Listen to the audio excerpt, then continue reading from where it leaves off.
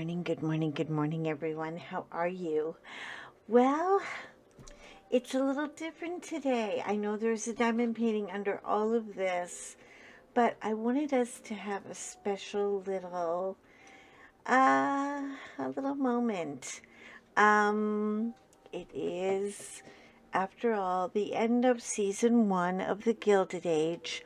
I am enthralled with the show, and since it is, I thought I would make us a picture in my best little English tea set of milk tea and some biscuits and a little fanfare, and we can talk about the episode.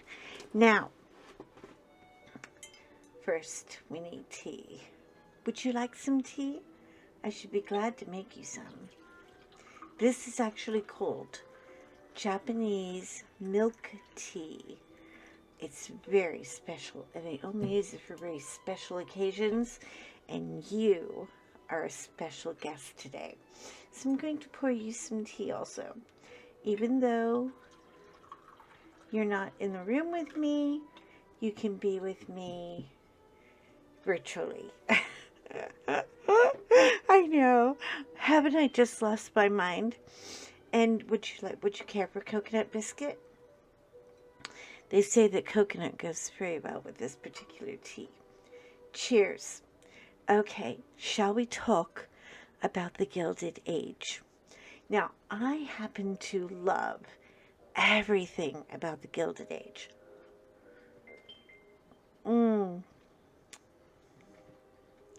The tea is divine. Randy, you should have some.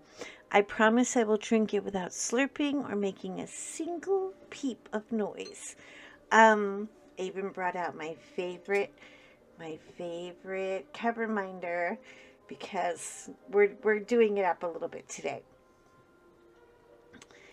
Now, what I have learned about the Gilded Age, and it's so wonderful because I think it's truly innovative. There were people who lived in Brooklyn who actually had money.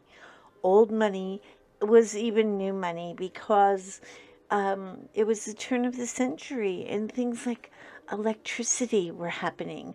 And at first they just started lighting up buildings in New York. But then all the rich and wealthy had to have it because it was the latest thing. So I was reading about this marvelous family, the Vanderbilts, and learning about their structure and how they managed to keep an etiquette about I still have this butterfly on my nail, and I'm telling you, it's coming off today. It looks like a birth defect. I mean, really. I don't know how people wear this stuff and don't. I maybe I'm just too neurotic to wear, stuff sticking out like this, but it's a little weird. Anyway, so the Vanderbilts, the Astors, and the Goulds. The family that is portrayed in the Gilded Age, the series on HBO that just had its finale the other night, they are, please have a biscuit by all means. They are portrayed as the Gould family. And the Gould family came from very new money. This guy grew up without a pot to piss in.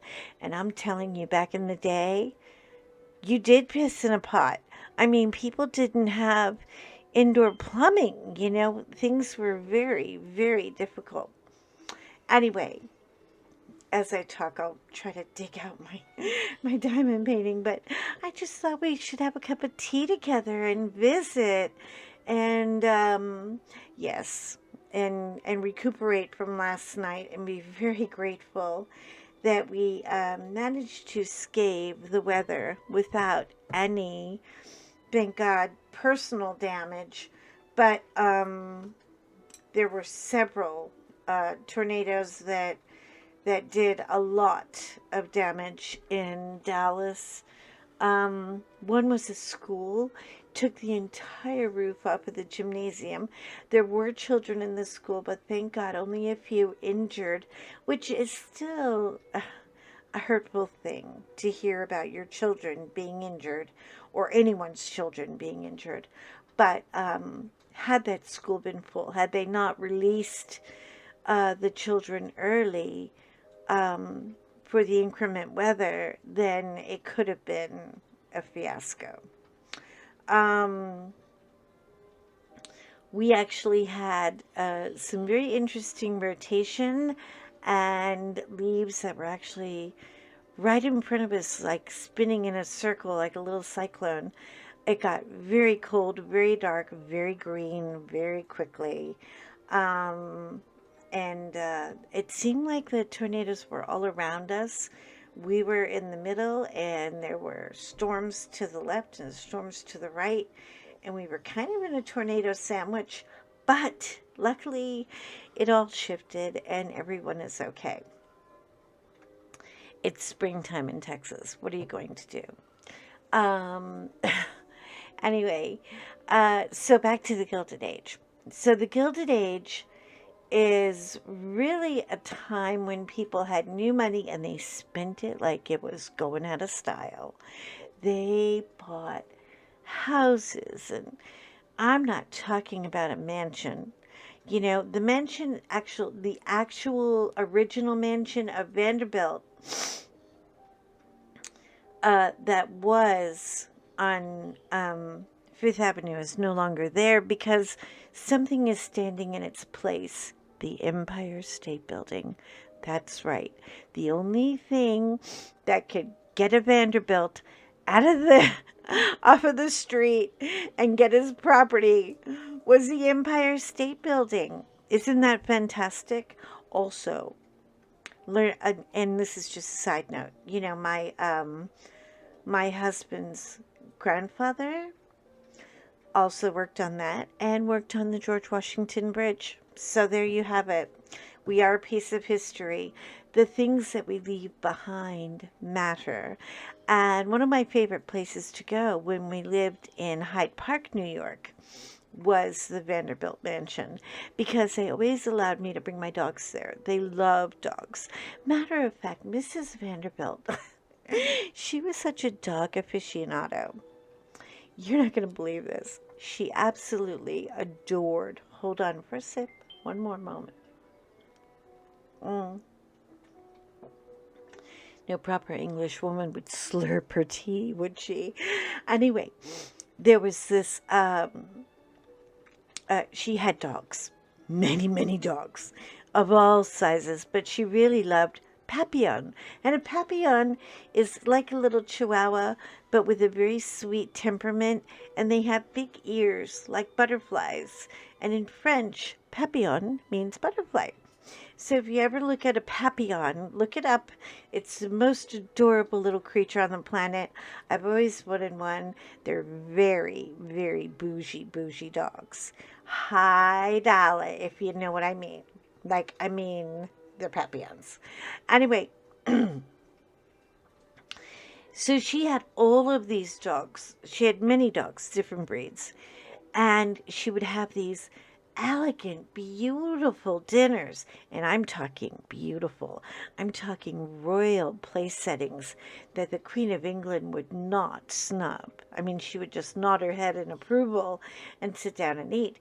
But as soon as everyone was finished with their meal, rather than put your knife and your fork crossing over your plate to signify that you were finished, the footman or butler would come around and collect the flatware, and then everyone would take their plates and turn around in their beautiful velvet chairs with their beautiful gilded gowns, and they would put all their plates with their leftovers, because back then you could never eat a whole plate of food.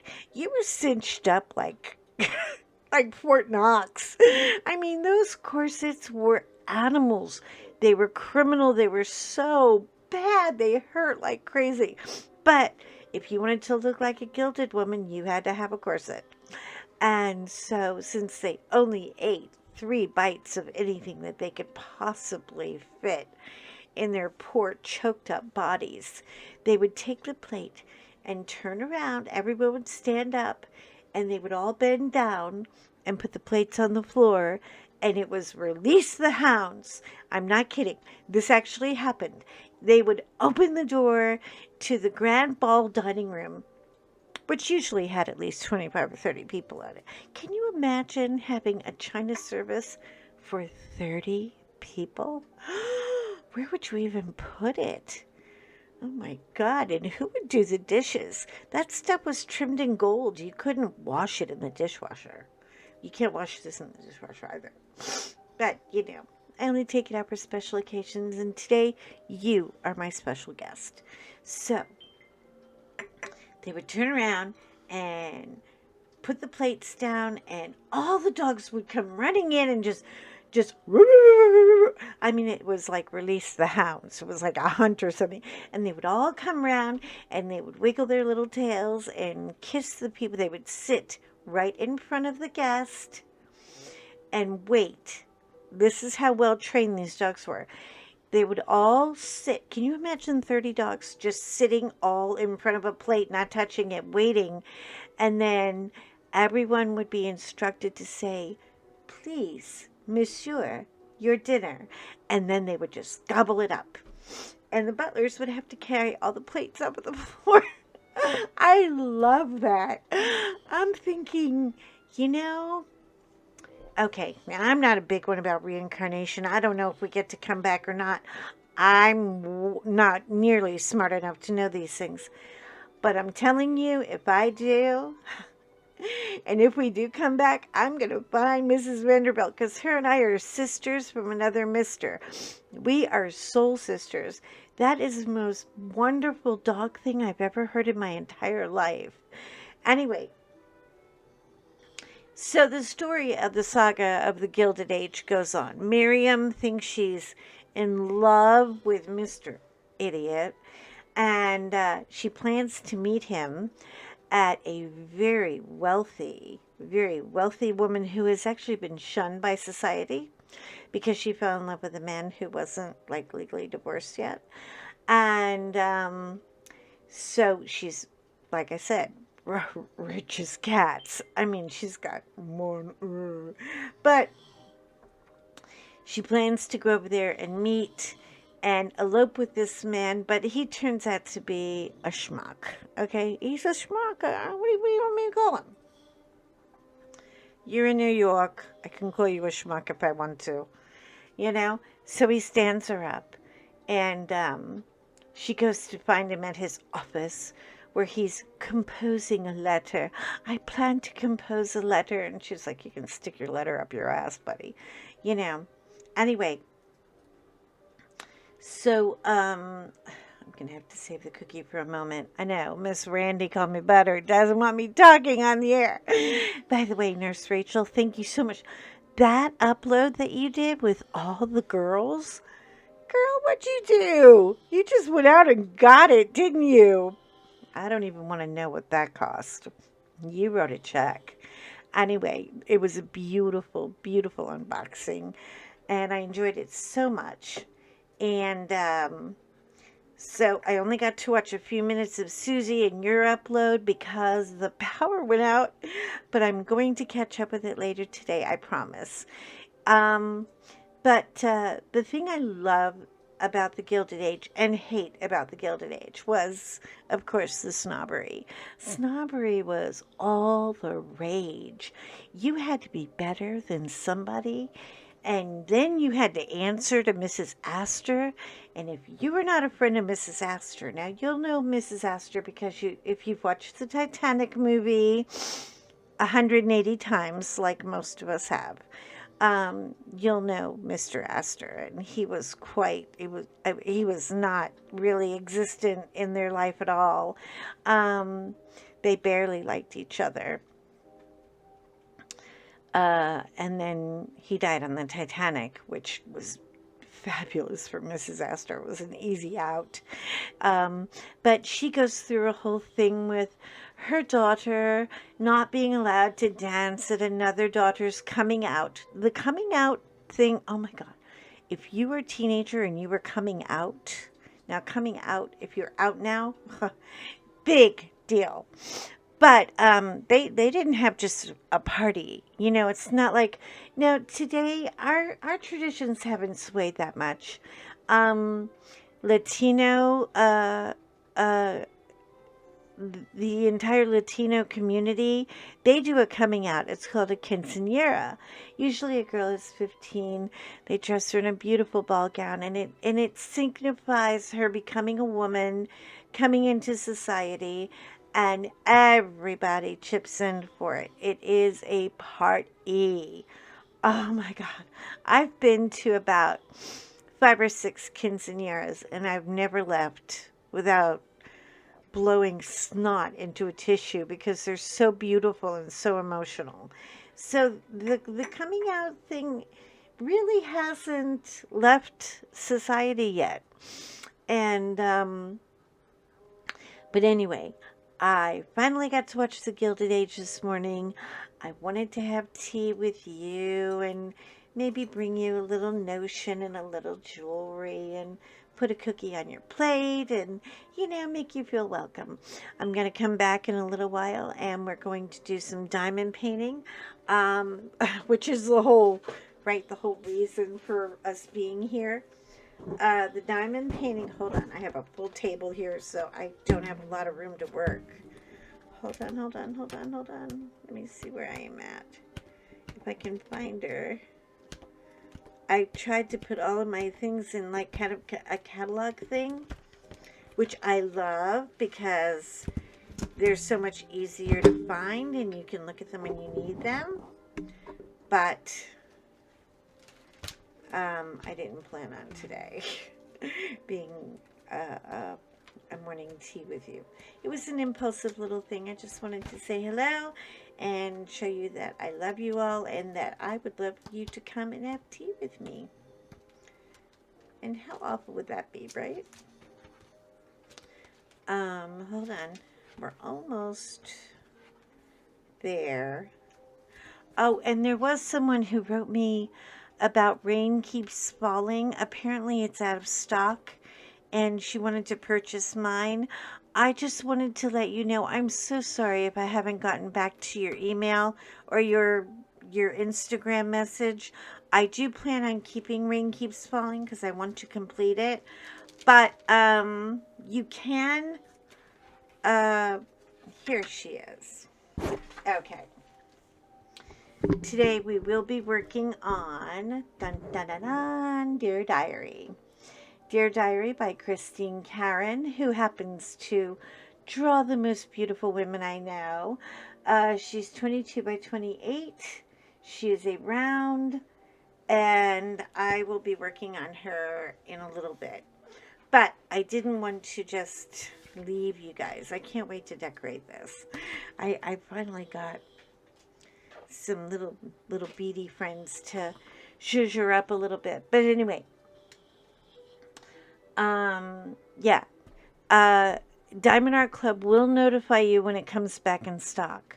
So if you just put a message into Diamond Art Club and hit subscribe, underneath it, it will say yes, and it will notify you when they come back in stock. And I'm sure it will because it's sold out in a New York minute. It really is haunty and dark and so beautiful. Oh my God, I can't wait. Plus, I'm going to talk to Tima because I've got to get sparklers. I am going to pimp out those butterflies, girl. You have no idea. She's going to be amazing. I might do her right after I do Christine Karen. It all depends. As you may know, if you heard my upload the other day, I have a lot of things going on and possibly relocating to another part of the country. So all of that is kind of in motion right now, which is very distracting. But thank God I have my diamond painting to keep me calm and happy. And anyway, like I said, I just wanted to have some milk tea with you and a little biscuit and catch up on the Gilded Age. If you haven't seen it, I beg you to see it. I beg you. I mean, you will see things that the detail. Now, I am a big, okay, you know that German guy on YouTube? He goes to all the abandoned mansions and everything. These are a lot of these mansions. Some of them were from the Gilded Age. Some of them are for 1500. You know, they're like they're 500 and 600 years old. But he does go to a lot of them that were built in the Gilded Age, and you can literally tell the parties and the lunches and the beautiful social gatherings that they had. Also, what they talk about in the Gilded Age that I love is the birth of the Red Cross. And today, a lot of people are going to be needing the Red Cross because the Red Cross shows up at a disaster and gives you hotel vouchers and toothbrushes and gift cards to Walmart so you can buy your own underwear, not somebody else's that they gave away. Anyway, so they do talk about the Red Cross and the actual formation of the Red Cross, which I found fascinating. Anyway, I hope that you will watch it and enjoy it. I hope you've enjoyed having tea with me. And I'll see you in a little while, and we'll be back, and we'll do some diamond painting, and we're going to get her done, because I get a feeling this one's going to be easy peasy, nice and squeezy. Meanwhile, I got to get these cookies out of my face. I am thicker than a snicker, people. You know? Some things have got to stop around here. Anyway, I hope that you all have a fabulous, marvelous, marvelous day. Please remember how important you are to me. You're important to me, therefore you're important to you. Take care of you today. And I love you all. Shine, shine, shine, shine, shine on. Don't you let this rainy day get you down. You shine on. And I will talk to you in my next video. We'll see you soon. Take care. Bye-bye. Love you guys.